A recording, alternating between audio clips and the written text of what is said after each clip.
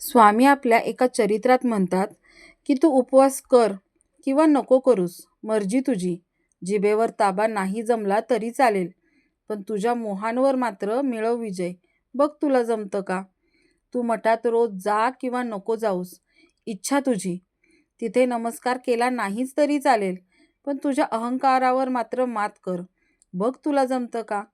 तू सोवळं ओवळं मान किंवा नको माणूस, हक्क तुझा.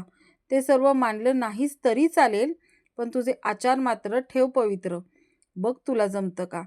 तू 11 माळ जप, स्वामीचरित्र, गुरुचरित्र वाच किंवा नको वाचूस, निवड तुझी. त्यासाठी वेळ नसला तरी चालेल, पण आपल्या माणसांची मनं जरूर वाच. बघ तुला जमतं का?